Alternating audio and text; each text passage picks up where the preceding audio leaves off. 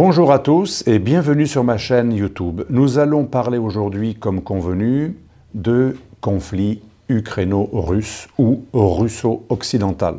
Je dis toujours les deux à la fois, car c'est autant un conflit russo-occidental qu'un conflit ukraino-russe ou russo-ukrainien. Alors que s'est-il passé? Comment en sommes-nous arrivés là? Je ne vais pas vous faire du LCI, Radio Ukraine, je ne vais pas vous faire ni du Monde ni du Figaro. Vous suivez l'actualité très bien, aussi bien, voire mieux que moi, je ne regarde pas trop la télé. Et je ne prétends pas faire mieux que les médias mainstream. Je vais juste avoir un angle différent. Je ne dénigre pas ce que font les médias français, contrairement à certains complotistes ou anti-système. Le but n'est pas d'être anti-système pour être anti-système. Nous allons appliquer la méthode géopolitique, qui est très liée à la méthode weberienne, vous savez, Max Weber, d'analyse sans jugement. Nous allons analyser ce conflit d'une manière purement géopolitique, ni en jugeant négativement les Russes, ni en jugeant négativement les Ukrainiens. Certes, il y a un agressé, un agresseur, je le dis en préalable, bien entendu qu'il y a un agressé, un agresseur. Moi-même qui ai longtemps plaidé en faveur des relations les meilleures possibles entre la Russie et l'Ukraine, j'ai été extrêmement attristé, peiné, déçu de cette invasion de l'Ukraine par la Russie, que rien ne justifie. Je voulais dire ça en préalable, alors ça va décevoir ceux qui pensent que Poutine est fantastique et que les Ukrainiens sont des nazis, mais les choses sont plus complexes. Mais ça va décevoir aussi, attendez la suite, ceux qui sont pleinement atlantistes et qui pensent que l'Occident libéral doit imposer et répandre la démocratie et le système libéral et l'atlantisme partout.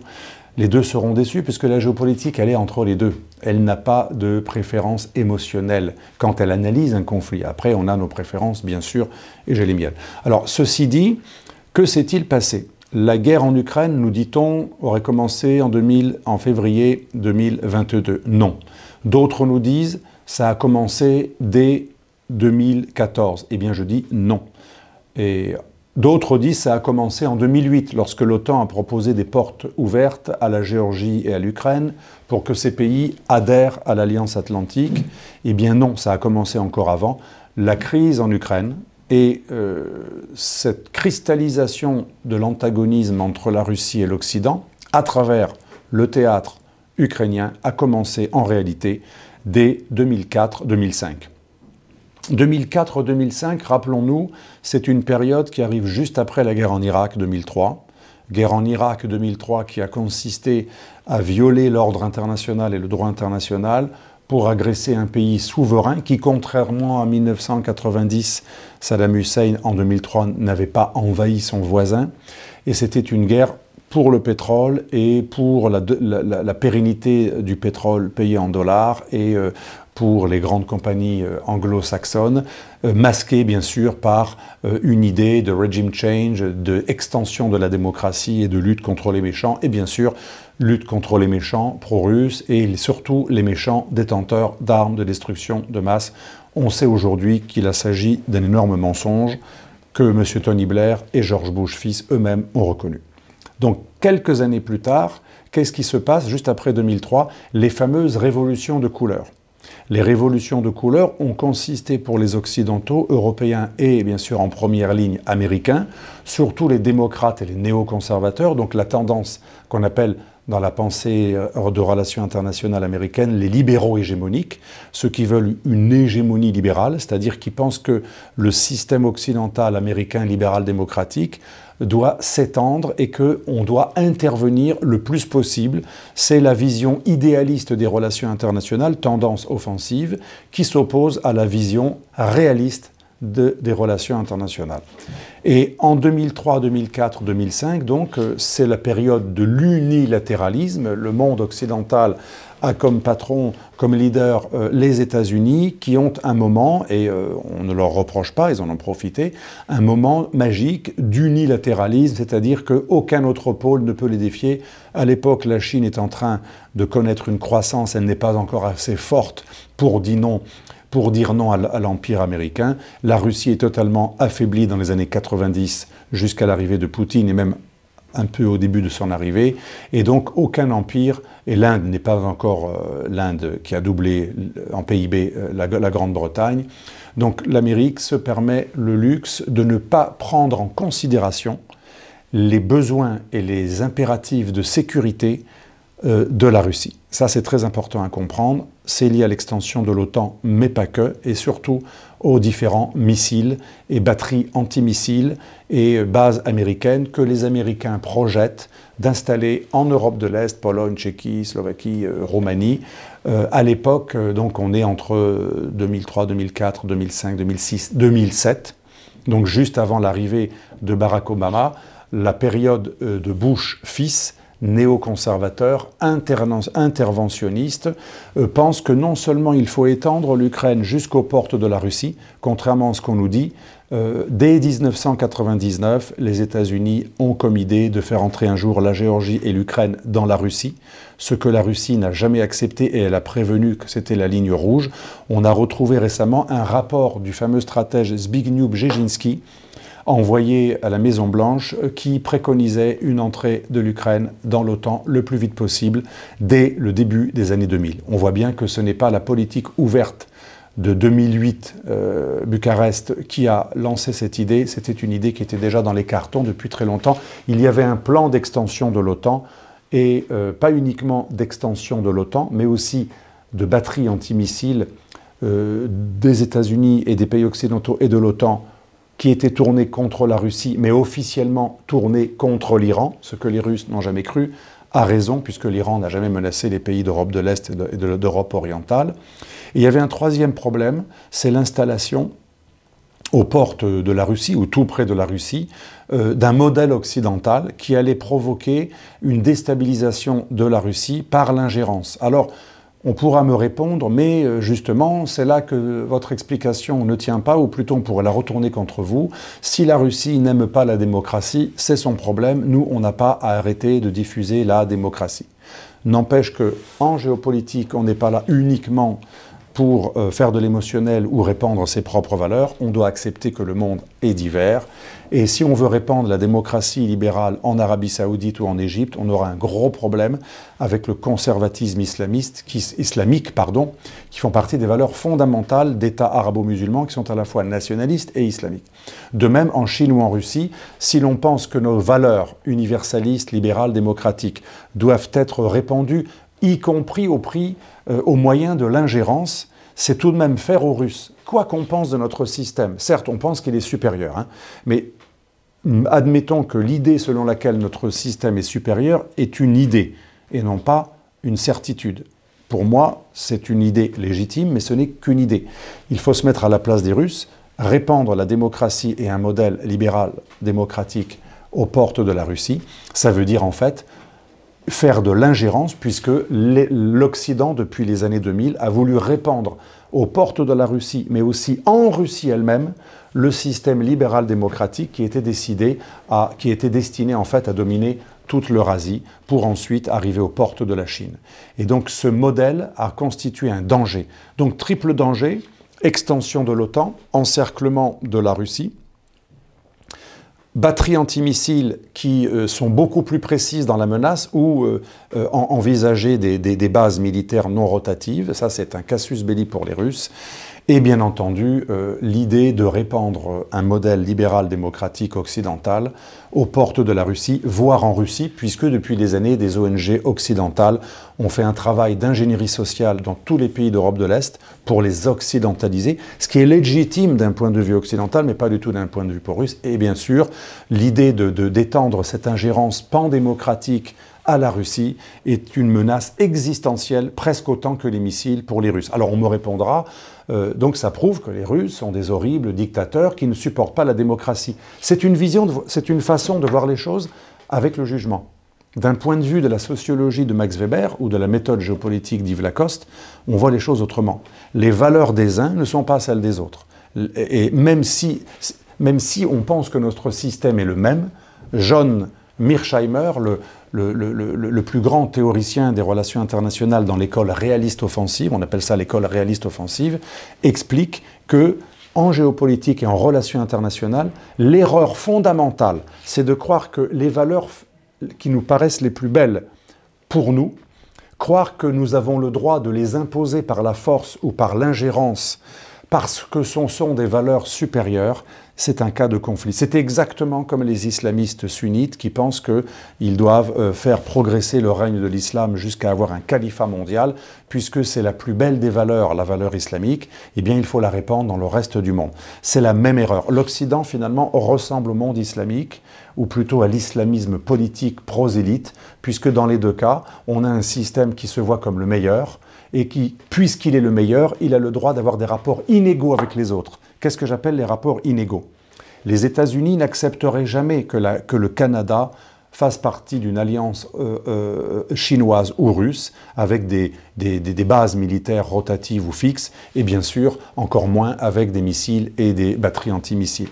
Donc nous avons fait en fait aux Russes cet encerclement et cette extension de dispositifs occidentaux à ses portes, exactement ce que les États-Unis n'ont jamais accepté sur leur propre territoire. Et John Mearsheimer le rappelle souvent, pour beaucoup moins que ça, quelques missiles à Cuba, nous avons risqué à l'époque de la guerre froide une guerre totale avec la Russie. On était à deux doigts. Donc ceci dit, revenons au dossier ukrainien. Qu'est-ce qui se passe dans les années 2004-2005 ?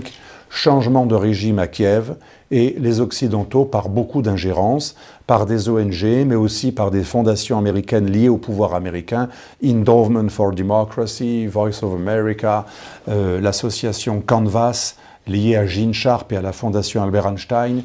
Et pas, donc vous voyez, c'est pas uniquement George Soros, c'est plein d'organisations para-étatiques ou des ONG qui avaient comme agenda de répandre le modèle libéral, démocratique, occidental, pro-américain, pro-européen et atlantiste en Ukraine. Nous avons pris fait et cause pour le candidat. Il y avait des disputes entre deux bords, hein, un bord en gros ukraino-neutre vis-à-vis de la Russie ou ami de la Russie, et l'autre bord ukraino-nationaliste, hostile à la Russie, qui voulait détacher l'Ukraine de la Russie. Et en prenant fait et cause pour le camp anti-russe, qui au départ était un camp qui n'avait pas encore 50%, jusqu'aux années 2003, l'Ukraine est dirigée par des personnes qui veulent des bonnes relations avec la Russie, qui ne veulent pas que l'Ukraine rentre dans l'OTAN. La société ukrainienne a été sondée pendant les années 2000. Eh bien, il y avait une forte hostilité à l'adhésion à l'OTAN. C'est venu plus tard, l'adhésion à l'OTAN, quand l'Occident s'est présenté comme un Eldorado face à une Russie qui ne représente pas la prospérité. Et à ce moment-là, la thèse de mon livre « Le choc global » est la suivante. Nous avons déstabilisé l'ordre dans cette partie de l'Europe de l'Est frontalière de la Russie en faisant une ingérence, probablement avec de très bonnes intentions. Je n'accuse pas ceux qui étaient sincères dans l'idée d'étendre la démocratie, mais l'ingérence a déstabilisé un État qui était neutre, et nous avons donné une perspective européenne et occidentale aux masses et aux électeurs ukrainiens qui, je les comprends, ayant 150 à 200 euros par mois, beaucoup d'Ukrainiens encore plus pauvres que les Russes se sont dit finalement, si on nous promet un rapprochement avec l'Occident, nous aurons plus d'argent et l'adhésion à l'OTAN et à l'Union européenne nous apporteront tout un tas d'avantages et nous finirons comme la Pologne avec de très gros subsides. Et étant dans le giron occidental, on aura des subsides internationaux et européens pour nous reconstruire et pour nous développer. Ce sera comme l'Espagne, le Portugal et plus tard la Pologne. Donc un Eldorado qui a agi comme une énorme tentation. Donc là, on est dans la première révolution, la fameuse révolution orange. Et qu'est-ce qui se passe? Le camp pro-occidental, avec la fameuse première ministre Yulia Tymoshenko, ne dure pas très très longtemps, puisque en 2010, déjà en 2010, eh bien, les Ukrainiens votent. L'élection est supervisée par le monde et elle est correcte. Il n'y a pas comment dirais-je, d'atteinte à la démocratie. Les élections ont été validées par des vérificateurs internationaux et arrive au pouvoir en 2010 à nouveau un candidat qui devient président, qui lui veut établir de bonnes relations avec la Russie, Yanukovych. Et c'est là que le bas blesse, puisque l'Occident, qui avait réussi à retourner comme une crêpe, disait Madame Luland, chargée pour la politique américaine de l'Europe de l'Est, on reparlera d'elle plus tard, là c'est un gros problème. Les Américains se disent, nous avions retourné l'Ukraine dans le giron pro-occidental, comme le préconisait le grand stratège Zbigniew Brzezinski dans son ouvrage en 1997, Le Grand Échiquier, et dans la note qu'il a écrite dès 1999 pour le pouvoir américain. Et les Européens, et surtout les Américains et les puissances atlantistes, donc surtout l'Amérique, ont vu là une perte énorme. En 2010, après un passage pro-occidental, les électeurs ukrainiens votent pour un président qualifié de pro-russe, même si à mon avis c'est une exagération, il n'était pas si pro-russe que ça, mais il voulait des bonnes relations avec la Russie, ce qui n'est pas pareil que d'être l'homme de la Russie. Les Occidentaux ne sont pas satisfaits de cette situation, ils perdent un appui, et Brzezinski, dans son ouvrage Le Grand Échiquier, explique clairement, idée reprise par beaucoup d'autres stratèges de l'école idéaliste, libérale, hégémonique, Brzezinski exprime une idée très claire, l'Ukraine permet à la Russie d'accéder aux mers chaudes, donc à la mer Noire, à laquelle elle a accès, mais lui permet d'avoir un plus grand accès à la mer Noire, avec la flotte russe en Crimée. Et l'Ukraine permet aussi à la Russie d'être un empire européen. Brzezinski retourne donc le propos. Donc, si nous faisons perdre à la Russie le contrôle de l'Ukraine ou la neutralité bienveillante de l'Ukraine vis-à-vis de la Russie, eh bien, la Russie est affaiblie en tant qu'empire. Dixit Brzezinski, la Russie n'est plus un empire.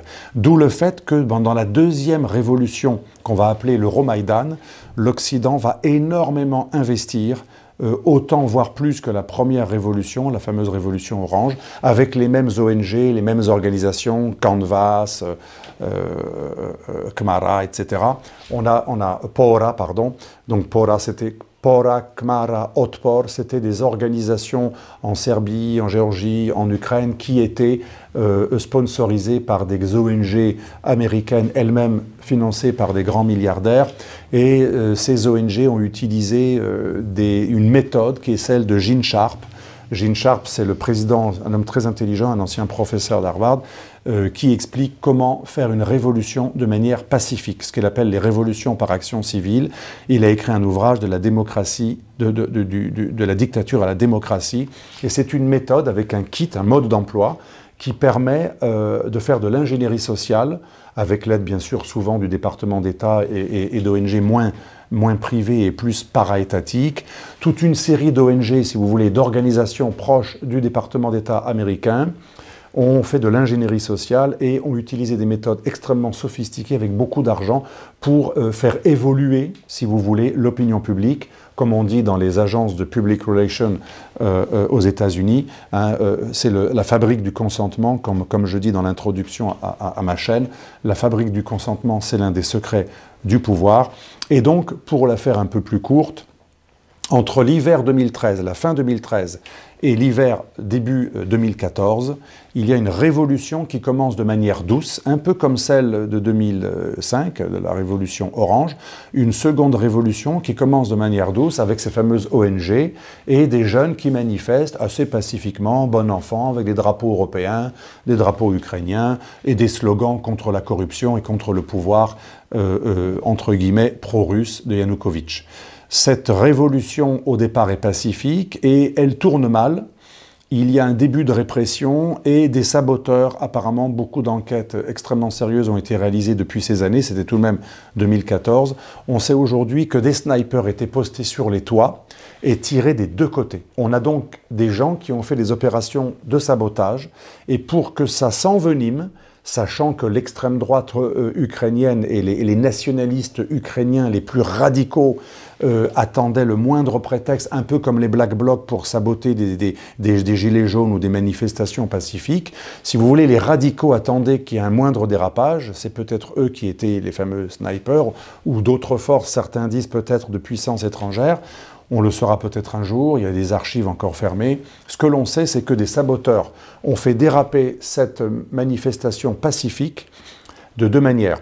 Par des snipers qui tiraient de tous les côtés, ce qui a incité le gouvernement ukrainien, entre guillemets, pro-russe de l'époque, à réprimer, sans l'aval apparemment du président, des forces de police assez troubles qui ont fait le jeu finalement des anti-russes et des anti-pro-russes, apparemment des occidentaux et des manifestants, en réprimant de manière disproportionnée les manifestants. Eh bien, le pouvoir de Yanukovych a été totalement discrédité, a perdu toute la légitimité qu'il pouvait avoir, puisque Max Weber rappelle que l'État repose sur l'idée du monopole de la coercition légitime. Quand l'État abuse de sa force et de sa violence, il perd le droit d'avoir le monopole de la violence légitime. Et donc, c'est une technique très connue de toute manifestation du faible au fort. Je pousse celui qui a la force à abuser de sa force pour le piéger, pour ensuite le délégitimer en disant « vous perdez le contrat social, nous acceptions que l'État ait le monopole de la violence légitime tant qu'il y avait un contrat social, c'est-à-dire que vous nous protégiez. Dès lors que vous abusez de votre force contre des braves citoyens, vous perdez votre légitimité, d'où la demande des manifestants de faire partir le président. Et c'est là que les radicaux nationalistes ukrainiens des mouvements d'extrême droite Otpor et Svoboda se mêlent aux manifestants, et là, j'en ai parlé un jour avec Julien Drey, que j'avais croisé sur les plateaux de CNews, et Julien Drey me disait lui-même, ancien fondateur des SOS Racisme, très vigilant tout de même sur l'antisémitisme et le nazisme, il me disait, et c'est là que j'ai vu arriver, donc quand ça a commencé à dégénérer, des masses de militants, crâne rasé, tatouages, la main tendue, il n'y avait aucun doute, me dit-il, c'est quelque chose qui n'est pas dit par la propagande poutinienne, c'est Julien Drey, mais d'autres témoignages l'ont attesté, occidentaux qui étaient là. J'en veux pour preuve, monsieur Justin Trudeau, le Premier ministre canadien, avait émis des réserves pour aider l'armée ukrainienne juste après cette révolution, à partir de 2016. Il conditionnait l'aide au fait que l'argent n'arrive pas aux groupes néo-nazis. Donc, ce n'est pas uniquement des pro-russes qui disent ça ou des gens qui seraient sujets à caution. On voit bien qu'il y a eu véritablement une OPA sur cette révolution par des forces d'extrême droite que Poutine appelle nazis, que d'autres appellent extrême droite, mais en tout cas, c'était des gens qui avaient une vision fasciste et violente des choses, ultranationalistes, et pour certains adorateurs du fameux héros national ukrainien qui aujourd'hui est un héros national, Stéphane Bandera, adorateur de quelqu'un qui était un collaborateur des forces de l'Axe pendant la Seconde Guerre mondiale, même s'il était emprisonné quelques années par les Allemands. Il avait fondé une organisation sur le modèle idéologique de Mein Kampf, et sa milice a participé à la Shoah par balle, c'est-à-dire l'extermination des Juifs, le plan hitlérien d'extermination des Juifs pendant la Seconde Guerre mondiale. Et donc ce sont des partisans de cette idéologie de Stéphane Bandera qui font tourner la révolution au vinaigre, et après une répression certes disproportionnée de la part de l'État pro-russe, du gouvernement de Yanukovych, eh bien là cette fois-ci, c'est les émeutiers de plus en plus nationalistes et radicaux qui agressent les forces de l'ordre et qui menacent tellement le palais présidentiel que le président ukrainien, pourtant élu démocratiquement en 2010, doit fuir puisque sa sécurité est en danger, et il prend la fuite vers la Russie, ce qui lui sera reproché par la suite pour dire qu'il est illégitime, un peu comme le roi de France qui est menacé tout à fait concrètement, mais qui quitte la France. Les révolutionnaires prennent ce prétexte pour dire qu'il a fui son royaume et qu'il est un traître à la nation. C'est vraiment un parallélisme très intéressant à faire. Et donc, résultat des courses, eh bien, l'Ukraine est totalement déstabilisée. Elle se retrouve dans une situation de coup d'État. Alors, on peut contester cette vision des choses puisque les Russes parlent souvent de coup d'État, mais quand un président élu démocratiquement, sachant qu'un État a le monopole de la violence légitime, et défait par une manifestation violente qui tourne à l'émeute, avec des agresseurs qui mettent en danger le président démocratiquement élu. Depuis quand des manifestants pèsent plus que les électeurs? Ça s'appelle un coup d'État. Un coup d'État, c'est lorsque les institutions démocratiques ou tout simplement en place ne sont pas respectées et qu'il y a par la force un départ du pouvoir en place. C'est une définition, c'est un coup d'État. C'est un coup de force politique, c'est un coup d'État. Donc les Russes, de leur point de vue, ça peut être compréhensible, voient ceci comme un coup d'État qui a été perpétré par des forces d'extrême droite ukrainiennes, appuyées par de nombreux acteurs de la politique américaine, Victoria Nuland, mais aussi John McCain, des ambassadeurs, des sénateurs, des membres du Congrès, des membres d'ONG, des anciens présidents. Là, on a toute une flopée de représentants américains et de l'Union européenne qui viennent manifester. Et tout ça a commencé comment? Parce que le pauvre président ukrainien, qui n'était pas si pro-russe que ça, il essayait de ménager la chèvre et le chou. Il voulait une sorte de neutralité. Il voulait signer un accord eurasiatique économique de libre-échange avec la Russie. Et en même temps, l'Europe lui proposait un accord d'association et donc une entrée dans le libre-échangisme européen. Et donc c'était deux accords totalement incompatibles puisque vous ne pouvez pas avoir un accord de libre-échange avec l'Union européenne et le même pays a un accord de libre-échange avec des produits non homologués qui n'ont pas les mêmes normes d'une autre zone. C'est vrai que c'était compliqué. Or, Vladimir Poutine a été accusé de faire des pressions, d'exercer des pressions sur le président ukrainien pour qu'il ne signe que l'accord avec les Russes. Mais ce qui n'a pas été dit, c'est que Barroso, l'ancien président de la Commission européenne, a fait quelque chose d'extrêmement grave. Il a dit au président ukrainien, c'est très simple, si vous ne signez pas l'accord d'association avec l'Union européenne, vous ne bénéficierez d'aucun accord de libre-échange avec l'Union européenne, ça veut dire, et vous n'aurez pas cet accord d'association, donc vous ne serez pas dans une logique de pré-candidature à l'Union européenne. Et qu'est-ce que ça veut dire pour les électeurs ukrainiens? Je les comprends.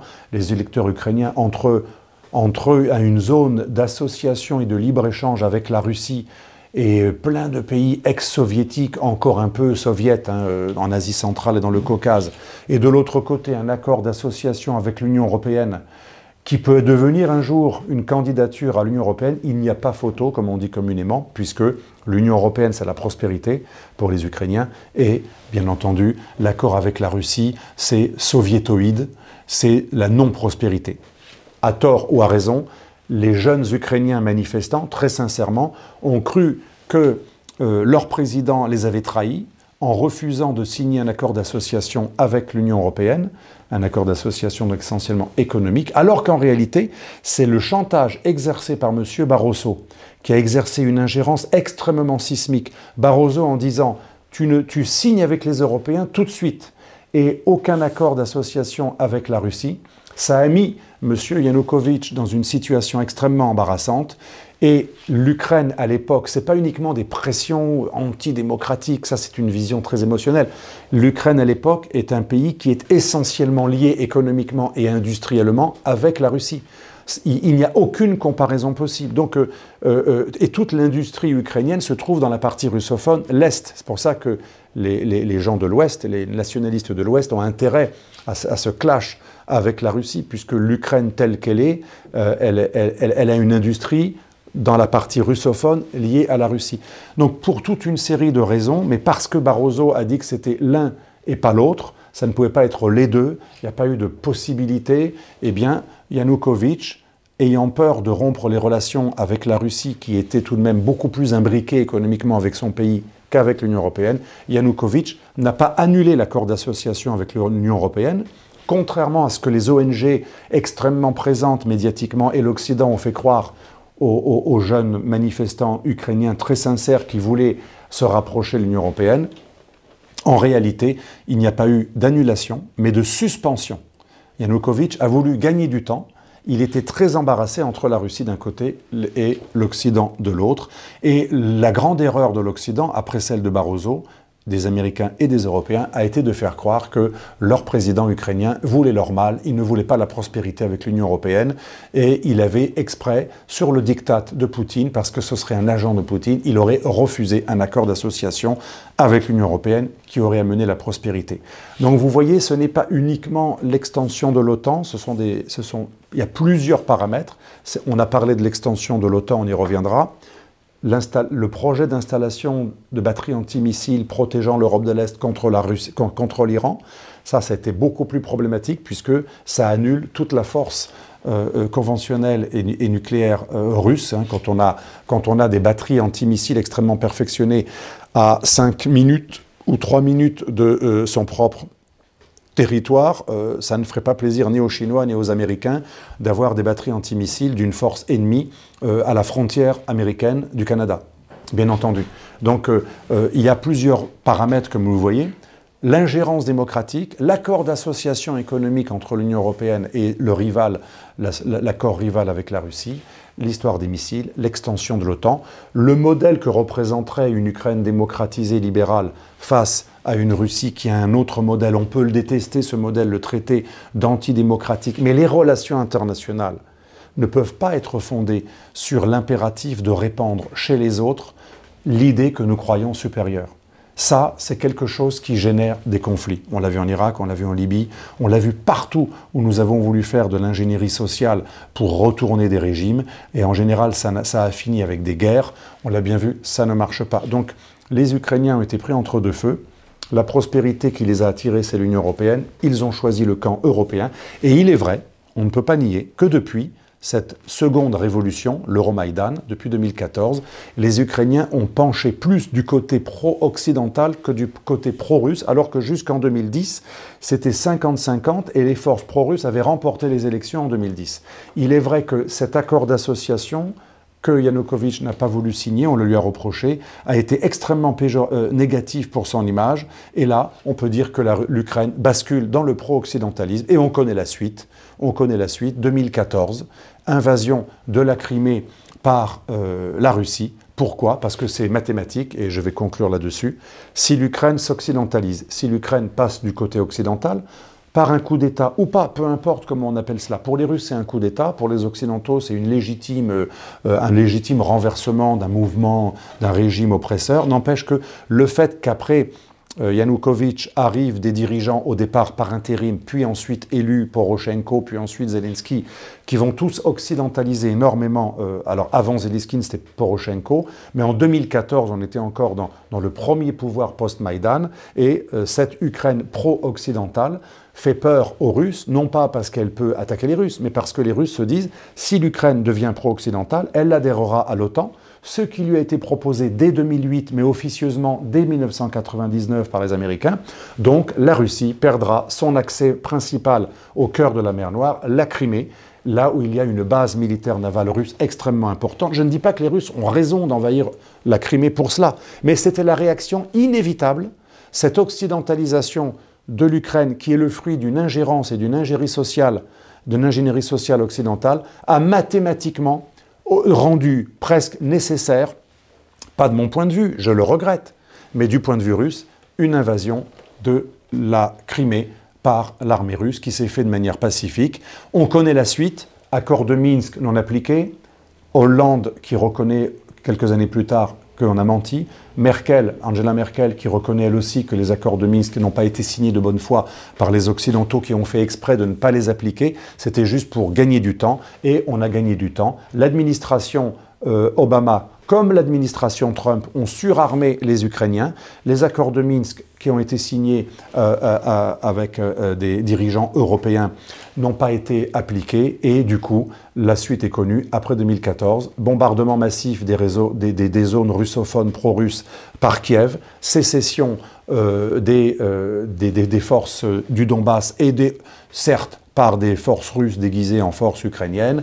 La chose s'est envenimée et bien entendu ensuite, la suite était logique. Dans mon premier livre, le premier tome de la mondialisation dangereuse, 1 an avant l'invasion de l'Ukraine par la Russie, nous écrivions avec Jacques Sopelsa qu'il y aurait nécessairement une guerre Ukraine-Russie puisque Minsk n'a pas été appliqué, rien n'a été réglé, on n'a pas réglé le statut des Russes qui étaient des citoyens de seconde zone dans un pays dans lequel ils ont été rattachés malgré leur volonté, puisqu'une partie des Russes qui sont en Ukraine, je ne parle pas des russophones, mais des Russes du Donbass notamment, mais pas uniquement de Crimée, mais du Donbass, sont des anciennes populations russes et non pas russifiées, qui ont été mises dans un pays malgré eux, un peu comme la Crimée qui a été mise dans l'Ukraine, parce que Khrouchtchev, d'origine ukrainienne, l'a voulu. Et donc plutôt que de régler un problème de minorité qui ne veulent pas forcément avoir un statut qui ne leur est pas favorable dans un pays qu'ils n'ont pas réellement désiré, ce qui arrive dans beaucoup de cas. On a bien détaché le Kosovo de la Serbie puisque nous pensions que même si faisant partie illégalement de la Serbie, les Kosovars avaient un droit légitime à la sécession, les Russes n'ont pas compris qu'on n'applique pas ce même principe pour les Ukrainiens russophones de l'Est, la suite est connue. On a surarmé les Ukrainiens qui bombardaient des populations russophones. La Russie a utilisé le prétexte de la responsabilité de protéger. C'est un droit qui était incorporé dans le corpus de l'ONU qui permet d'agir dans un pays étranger par la force pour empêcher un massacre. Les Russes, à tort ou à raison, on peut bien sûr dire que c'est un prétexte, mais ont utilisé cela pour intervenir. Et bien sûr, le but numéro 1, c'était défendre les populations russes persécutées, bombardées par Kiev. Et les bombardements ont repris après une cessation à partir de 2021 de manière très intensive. Kiev était capable d'envahir le Donbass et d'infliger une défaite aux Russes. Les Russes se sont sentis obligés d'intervenir. Et à partir de là, n'ayant pas accepté la proposition de redéfinition des frontières de l'OTAN qui avait été formulée quelques mois après l'invasion de l'Ukraine par la Russie, les Russes ont pensé qu'il n'y avait plus aucune négociation possible avec les Européens qui avaient menti et les Américains sur Minsk. Du coup, il ne restait qu'une seule solution, avant que les Ukrainiens attaquent le Donbass, attaquer. Et voilà, je ne dis pas que les Russes ont raison. Je regrette cette invasion. Elle est illégale, les Russes avaient reconnu les frontières de l'Ukraine, mais on ne peut pas analyser et comprendre cette situation sans tout se dérouler, sans comprendre ce que les Russes aient dans la tête. Non pas pour les justifier, mais un jour ou l'autre, la Russie est sur la carte, elle ne pourra pas être rayée de la carte, à moins qu'il y ait une guerre nucléaire terminale. Et donc, dès lors qu'il faudra un jour parler avec la Russie, il faudra un minimum comprendre ce que John Mearsheimer, le patron de l'école internationale de relations internationales américaines dite du réalisme offensif, qu'est-ce qu'il a dit? Nous aurions dû considérer un minimum les préoccupations sécuritaires de la Russie, qui, comme l'Amérique, ne voulait pas une force adverse à 1 minute de sa capitale ou à 5 minutes de sa capitale, ce que les Américains n'auraient jamais accepté eux-mêmes. Eh bien nous l'avons infligé aux Russes et nous l'avons fait parce que nous pensions que notre système est supérieur. Or, c'est peut-être le cas pour nous, philosophiquement, mais pour les Russes, ça s'est traduit par une sorte d'impérialisme occidental qui ne tient pas compte des impératifs de sécurité d'un voisin impérial russe renaissant qui lui a été humilié pendant les années 90-2000.